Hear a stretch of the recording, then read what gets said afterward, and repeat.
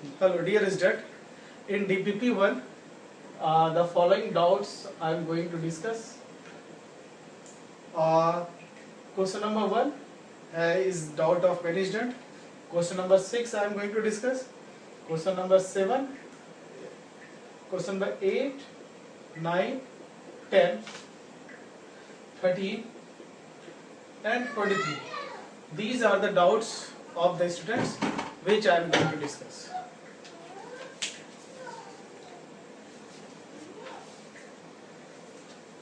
Let us start with question number 1. Question number 1 says that wavelength of light required to break the bond of chlorine molecule. This is chlorine molecule. In order to break bond, you have to supply energy, and if the energy supplied by electromagnetic wave of wavelength lambda, energy of this will be Sc by lambda. It has been given that you need to supply 243 kilojoule per mole. See the unit. For 1 mole of molecule you need to supply. So what is bond energy of chlorine? Sc by lambda, which is equal to 243 into 10 raised 3. It is joule divided by Avogadro number per molecule. Okay, now calculate this.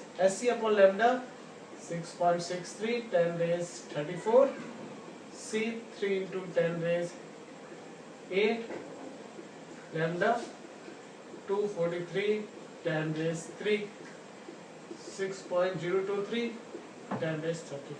When you solve for lambda, you will get the value as 493 into 10 raised minus 9 meter, which is 493 nanometer.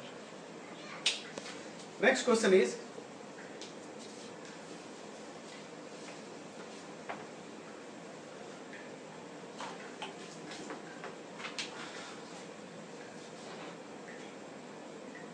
question number 6.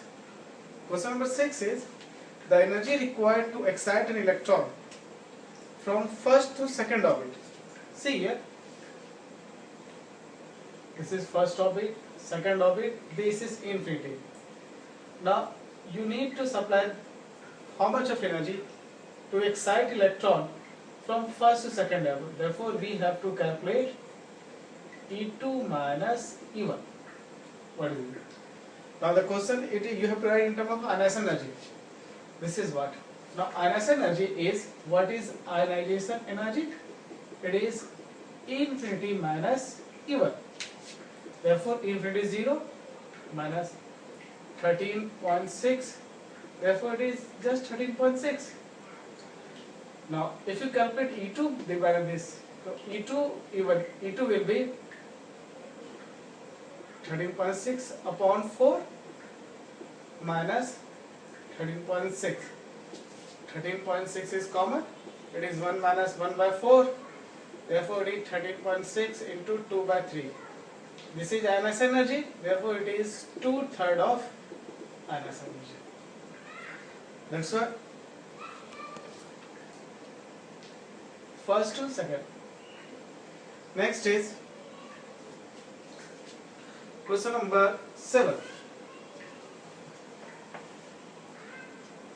Question number 7 is dissociation energy of hydrogen is 430 kilojoule per mole. ठीक है? Now the question is question number 7. This is hydrogen molecule. You supply energy of certain wavelength. Its energy is Sc by lambda. Suppose it is more than bond dissociation energy. What will happen? The remaining energy, suppose in order to break this we require bond energy. The remaining of E minus bond energy will be kinetic energy of the two atoms which will be formed from the dissociation of this. Therefore, half of this will be kinetic energy of one.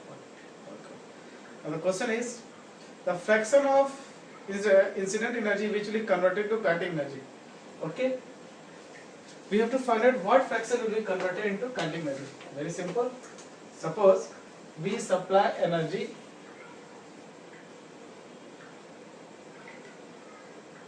Sc by lambda through wavelength lambda.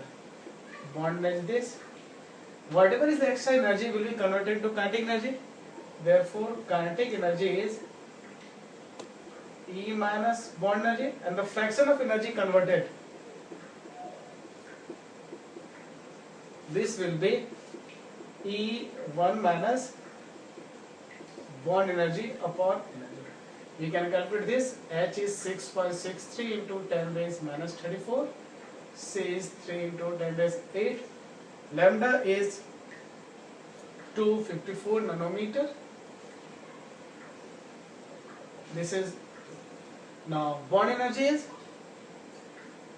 430 kilojoule per mole. Joule. This is. When we put this value here, we'll have the answer.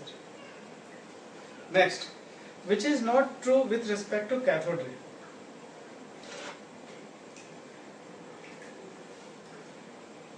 Cathode ray is flow of electron. Therefore, first is correct.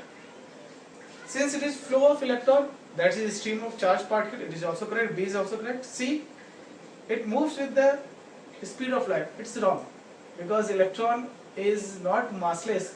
Therefore, it cannot move with the speed of light. C is correct, wrong option. And fourth, it can be deflected. Certainly, it is a charged particle, and charged particle can be deflected in electric field. Therefore, the incorrect answer is C, because cathode ray does not move with the speed of light. Answer of 8 is C. Similarly, 9. See, one thing I would like to mention here. Electromagnetic wave are neutral. Neutral, and they are not deflected in electromagnetic field. They move with the speed of light. While the flow of or movement of electron is not electromagnetic wave. It does not move with velocity of light, and it can be deflected by electric and magnetic field. Question number 9, which is not a characteristic of X-ray. First, radiation can arise the gas, certainly, because it has very high energy. Deflected by electric magnetic field, certainly not. Therefore, 9 is the answer C. It is not deflected by electric and magnetic field. Question number 10. The increasing order of the value of E by M. E by M means charge by mass. Now what you have to do, you have to find out charge of everything. See, electron. Charge is -1. Mass is mass of proton upon 1 this. Similarly, you can calculate and you can arrange. You can take the help of data which is given in the beginning of your textbook. Next is question number 13. The electron in an atom jumps in such a way kinetic energy changes from x to x by 4. You know that if kinetic energy here, x by 4. If kinetic energy is here x, therefore potential energy will be minus 2x and total energy is minus x. Similarly, if kinetic energy is x by 2, potential energy will be 2 times x by 4 minus x, and total energy will be minus x by 4. Just opposite to kinetic energy, total energy that. Now the change in potential energy, see what is the change? Potential energy is 2x, this. What is change?